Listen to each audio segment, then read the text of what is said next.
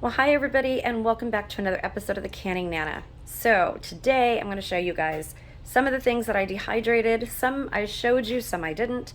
Some I already had dehydrated, and I'm going to do a lot of different powders. So I'm going to get my tea so that I can keep talking, and we're going to get started. Okay, so I've already gotten started with some asparagus powder that I had, and I will show you because I dehydrated asparagus powder the last time before I got my grinder, my coffee herb grinder. I'm going to show you guys that. Get this back on here. Doesn't want to go on. Of course not. Sorry about that, you guys.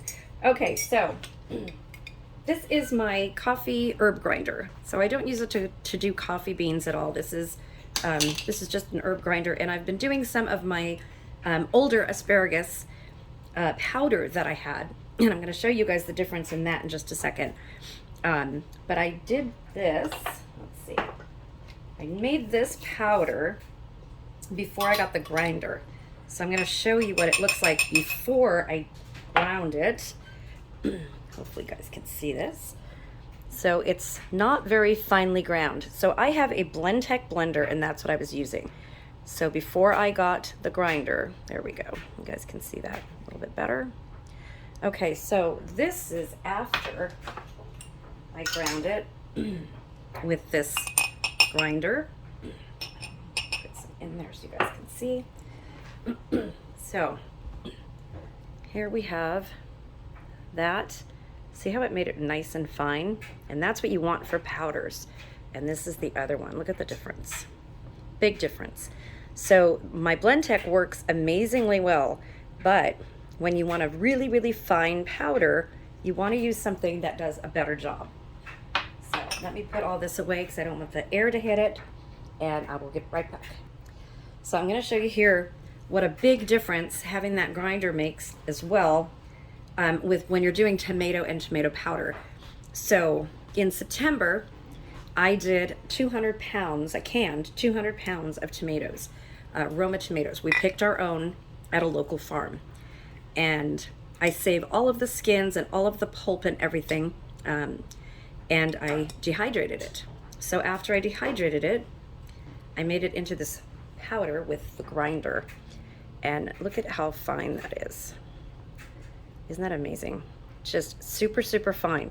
So Thrive Life freeze-dried foods has tomato powder, and it's very comparable to that because their tomato powder is also dehydrated. It's not freeze-dried, and it comes out pretty much the same way. So, and I did it with my coffee grinder. So yes, I am a Thrive Life consultant, you guys, but there's some things that we can do at home. Thrive Life does have some dehydrated food, and if you already dehydrate, you really don't need to buy it there unless you want the quality that they're doing, which is really good. Or if you just don't want to bother, like with onions or something like that. A lot of people don't like to dehydrate onions or mushrooms or garlic in their home. And I will tell you, Thrive Life freeze-dried onions are incomparable to any dehydrated onion. Although I like to dehydrate my onions and make a onion powder with them. But to use them in meals and things like that. And you can grind them as well and make onion powder out of them, but they're just delicious on their own. So that is my tomato powder. I was going to grind some up for you and show you, but I've got a lot of other things I want to show you. So let's get started on some of those. So this is the spinach that we dehydrated the other day. So I'm going to put my grinder here.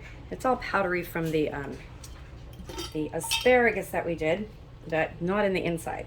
So all I'm going to do is put some in here, and I pushed this into the jar as much as I could so it's still leafy. So we're just going to do a little bit like this. I'm going to turn this on. Now this was not an expensive grinder at all. I will leave a link for it in my description. I bought it off of Amazon. I'm not sure how much it is now. I bought this probably last Oh goodness, probably last August, I'm thinking, maybe July or August. So, and it works really good. It only has one speed, but it does the job. So let's go ahead and do the spinach. So spinach powder, what can you use spinach powder for?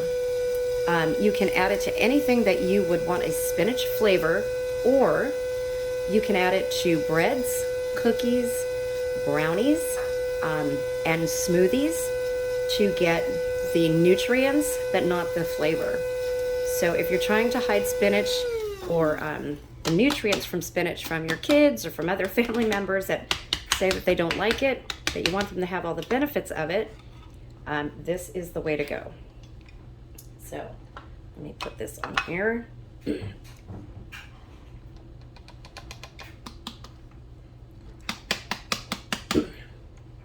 Put that there. Okay, so let me show you what this looks like. I went ahead and I did just a little bit more. Okay, so this, I've got it all over me. Look at the color of that. Isn't that amazing? And it smells like spinach. I mean, it smells so, so good. So I'm gonna finish this off camera after I show you guys all the rest of this stuff. But I wanna show you as well, and you can see how fine that is. Let's see. See how fine that is. So, and you'd only use maybe like a teaspoon for a whole blender's worth of smoothie. Otherwise you'll get the flavor of the spinach. If you just want the nutrients, that's fine. If you want making a green smoothie, this is amazing. So one thing I want to show you guys is the difference between dehydrated spinach, which is what we have here that we did yesterday, and freeze-dried spinach. So I use a lot of the Thrive Life chopped spinach. This stuff is amazing. So I am gonna show you what this looks like. And then I'll powder a little bit of this up because I can add this into my spinach as well. So this is the difference. This is the freeze-dried, and this is the dehydrated. So let me focus on that. So the freeze-dried, it smells like you just picked it out of the garden. It smells amazing. So I have powdered this and put it in smoothies, and I use this all in different recipes as well, and I'll show you guys that. That's not what this video is about, but just wanted to show you the difference and what it looks like. Isn't that amazing? Love, love, love. Okay, so this will powder down just the same as this. In fact, it'll powder down a little bit more finely into a finer grain. So let me finish doing the spinach, and then I will get back and show you guys some celery. I have to tell you guys, I just took a bite out of the spinach, and it is so sweet and good, but I do want to show you right here, the ingredients on this, it's spinach. That's it. There's no preservatives, there's no nothing. So if you're doing a food storage, this is really, really good. If you're already canning and you're already dehydrating, the next step is to add freeze-dried. Or if you don't can and you don't dehydrate, freeze-dried is the way to go. I'm gonna do a whole video on that really, really soon. Just wanted to show you guys because I just snacked on this and it's amazing. It tastes like there's sugar in it and there's not. Okay, back to spinach. Okay, so as I do this, I'm doing just a little bit more so that I can fill just a little jar. What I do is I grind this as I need it. So if I'm not using it, it stays in a jar and is vacuum sealed just like this until I need it. So you can see it's not completely ground up yet. So I'm just gonna keep grinding it until I get this fine, fine powder that I want.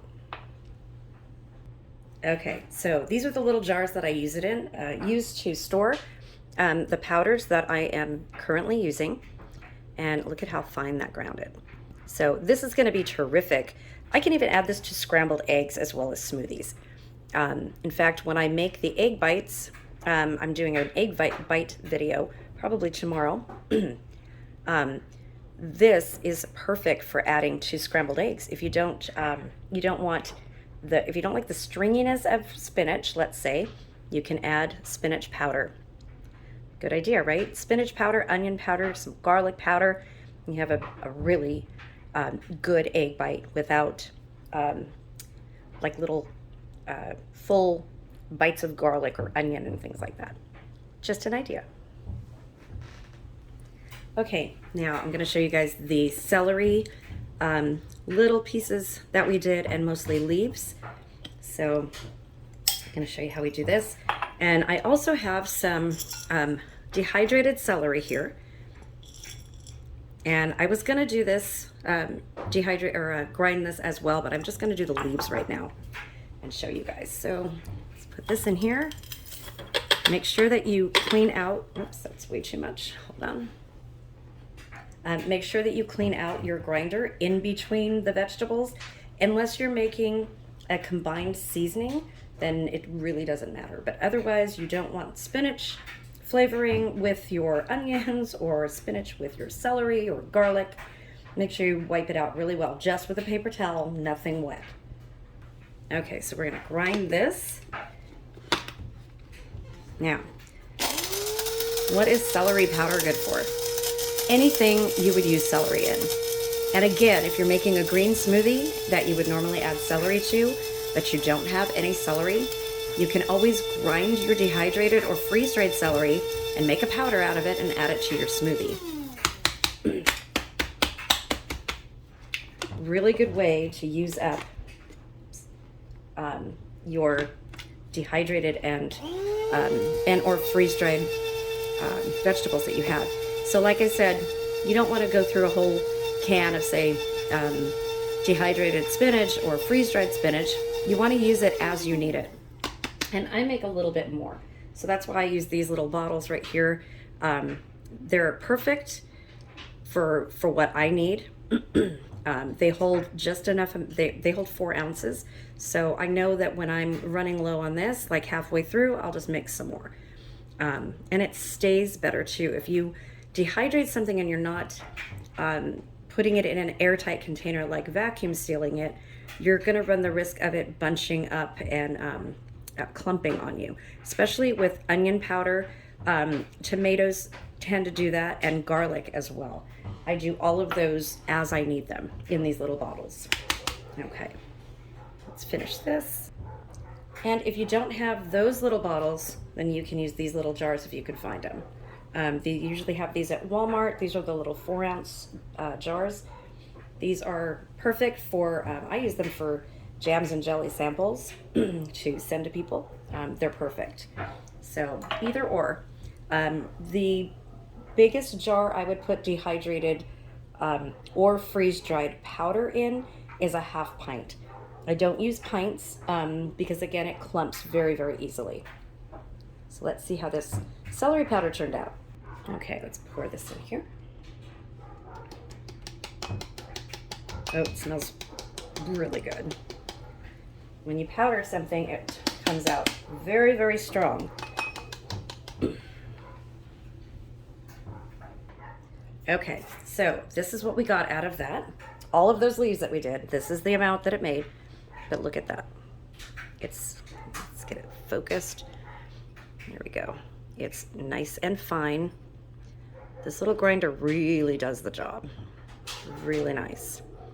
So I am gonna add that into my next little jar, and let's do some mixed vegetables.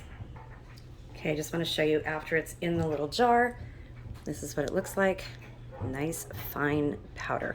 This is the consistency of like a baby powder, you guys. This is really, really fine. I don't think the camera is picking it up really well, but it is just so fine. So what would you use this for? Any of the powders. You buy seasonings at the store, right? If you look at your ingredient label in those seasoning, you're gonna find some of them have MSG, all of them have preservatives, unless you get a good organic one.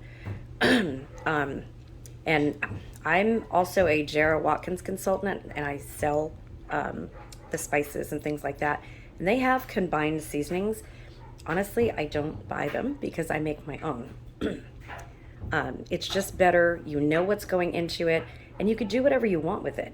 You can make your own celery salt with celery powder and pink Himalayan sea salt. And yeah, you can find that in a good, like a Whole Foods store or something like that, but you're going to pay a pretty penny for it too. This is very, very cheap. It's just ground up celery, dehydrated or freeze-dried, either one. So you know what's going in your food, and that's the whole reason that I can and I dehydrate, I grow my vegetables, and I buy Thrive freeze-dried food because I know that it's only one ingredient in the food. There's no preservatives. That's what I like. Okay, let's get on to mixed vegetables.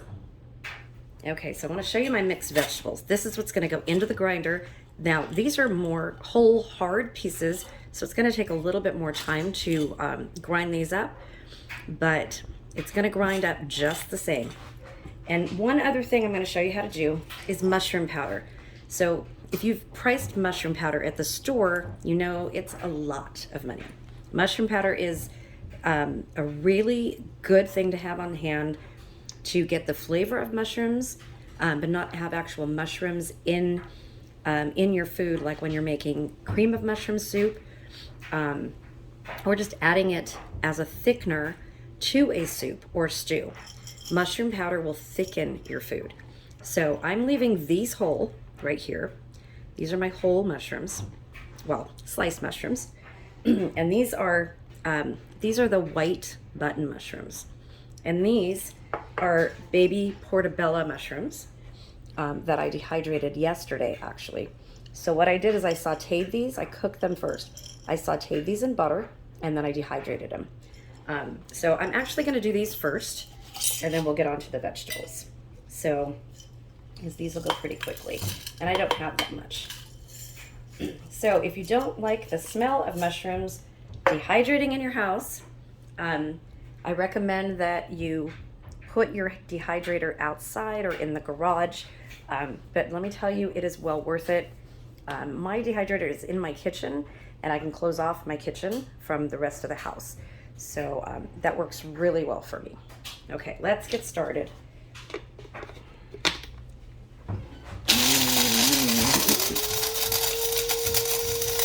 You can hear how quickly this turns it right into powder. So there's still pieces in there, but really, really quickly. Okay. So this comes out kind of grainy a little bit. And for mushrooms tend to clump up when you make powder. So only do as much as you're going to use at the time. I am going to find a jar for this.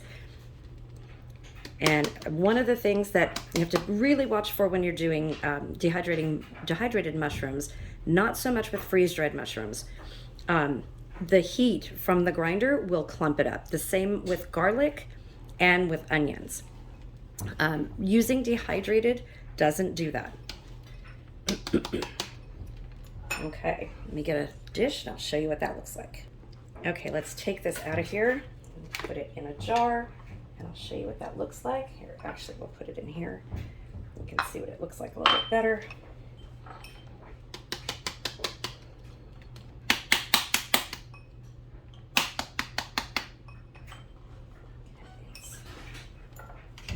Rest of this out here with a little spoon. Okay, let's show you. And here you go. Mushroom powder. Look at that. So this is portobello mushroom powder. It looks clumpy, but it's not. Not at all. But this will clump up if you don't vacuum seal it. If you have a high humidity home, it will clump up very shortly. So you have to be really careful. So let's put this in a jar and start on the mixed vegetables. Okay, so here is our dehydrated mixed vegetables. And this is a mixed vegetable that I got. It has no lima beans, but it has green beans in it, corn, peas, and carrots. So this is not like this other one that I had, which has the lima beans and everything in it. This was a little bit different brand. So here's the difference. You can see the difference in color too. Pretty bright this one is. So we're going to use this one for the powder. And we're going to do the same thing. We're just going to put it in there. a little bit at a time. Turn it on.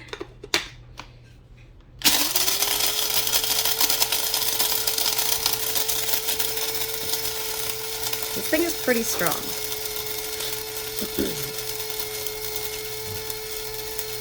And I will remember, I hope I remember to put a link to this in the description.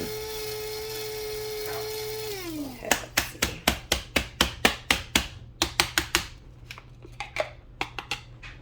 Oh, wow. Oh my goodness, you guys, that smells amazing. Okay, I'm just gonna grind it just a little bit more. After the first grind, that's what it looks like. Pretty good, pretty decent stuff. Okay, I'm gonna grind it just a little bit more and show you what it looks like. Okay, so let's see what this looks like. There's a little bit stuck in there, but oops. Oh, that smells so good. Wow.